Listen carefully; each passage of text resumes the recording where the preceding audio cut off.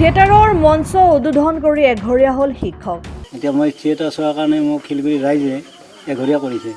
ৰক্ষণশীলতাৰ বলি হ'ল কৰ্কট ৰোগী আৰু দিন মজদুৰ। এই ঘটনা সংঘটিত হৈছে কামৰূপৰ শিলিগুৰিত। হাজো ৰাজচক্ৰৰ অন্তৰ্গত মাহকালটোল চুবুৰীয়ে লক্ষ্মী মন্দিৰ নিৰ্মাণৰ সাহায্যাৰ্থে আমন্ত্ৰণ কৰিছিল বিনাপানী থিয়েটাৰ দলক। এই থিয়েটাৰৰ মঞ্চ উদ্বোধন কৰিছিল শিক্ষক বীৰেন্দ্ৰ কলিতাই। বিনাপানী থিয়েটাৰ মাতিছিল তেওঁলোকৰ লক্ষ্মী মন্দিৰ নিৰ্মাণৰ সাহায্যাৰ্থে সেই থিয়েটাৰখন মই মঞ্চ উদ্বোধন কৰিছোঁ। থিয়েটাৰৰ মঞ্চ উদ্বোধন কৰাই অপৰাধ হ'ল শিক্ষক বীৰেন্দ্ৰ কলিতাৰ।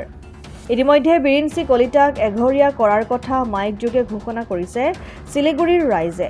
ৰক্ষণশীল সমাজৰ বলি হোৱা শিক্ষকৰ পৰিয়ালটো এতিয়া হতাশাত ভুগিবলগীয়া হৈছে।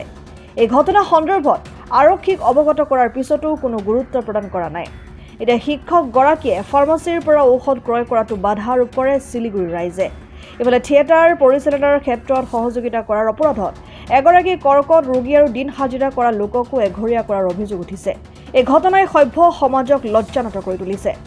আপুনি কি কৰে? হাজিৰা কৰোঁ, খেতি কৰোঁ। খেতি কৰে। আপুনি কি কৰে? মই ঠিক তেনেকৈ খেতি কৰোঁ। খেতি কৰে। এতিয়া এঘৰীয়া হৈ আছে।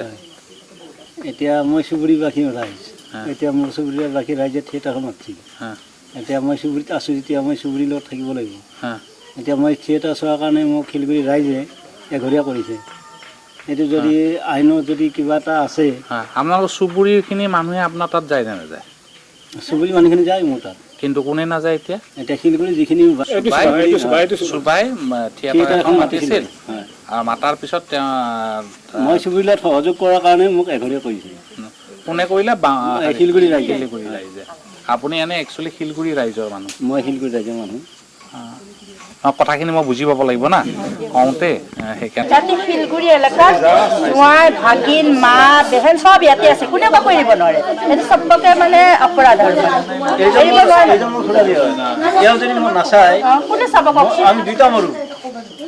শিলগুৰি মাহালুং চুবুৰী ৰাইজে যদি মোক নাচায়, মই সমলঞ্চী আমি দুইটা মৰি যাওঁ। কোনো মানুহ নাই। সিহঁতে এদিন আজিলৈকে খবৰ লোৱা আমাক এৰিব নে শিলগুৰি ৰাইজে মোক আজিলৈকে এটা খবৰ নল'লে। গতিকে মই সেইখন ৰাজ্যত থাকিম নে মই চুবুৰীত লাগে? মই চুবুৰী লাগে কাৰণে মোক আচলতে শিলগুৰি ৰাইজে জন্ম হৈছে, চুবুৰী ডাঙৰ হৈছে, তেওঁক চুবুৰী নালাগে কি লাগিব? 24 তাৰিখত শিলগুৰি মাহকালটোল চুবুৰীয়ে ছেপ্টেম্বৰত বিনাপানী থিয়েটাৰ মাতিছিল তেওঁলোকৰ লক্ষ্মী মন্দিৰ নিৰ্মাণৰ সাহায্যাৰ্থে সেই থিয়েটাৰখন মই মঞ্চ উদ্বোধন কৰিছোঁ। থিয়েটাৰ শেষ হোৱাৰ পিছত 3 দিন থিয়েটাৰ চলিছিল। তাৰ পিছদিনাখন মই লাহে লাহে গম পাওঁ শিলগুৰি গৌৰহৰ অন্তৰ্গত মানুহখিনি নাই। তেওঁ ভয় খাই এতিয়া তেওঁ যাব পৰা নাই। মই সম্পূৰ্ণ অসহায় অৱস্থাত, একদম নিঃসহায় অৱস্থা। আপোনাৰ ঘৰত কোনো নাযায়? কোনো নাযায়। হাজোৰ পৰা প্ৰাঞ্জল কলিতাৰ ৰিপৰ্ট, অসম টাইম। ঘৰত আনন্দ আৰু সম্পৰ্কৰ চমক বজাই ৰাখিবলৈ জৰুৰী হৈছে সকলো আনন্দময় মুহূৰ্তত মৰমৰ উপহাৰ দিয়াটো। সেইবাবে মধুশ্ৰী জুৱেলাৰ্ছে আনিছে সকলো ৰঙীন ক্ষণৰ বাবে বিশেষ গহনা।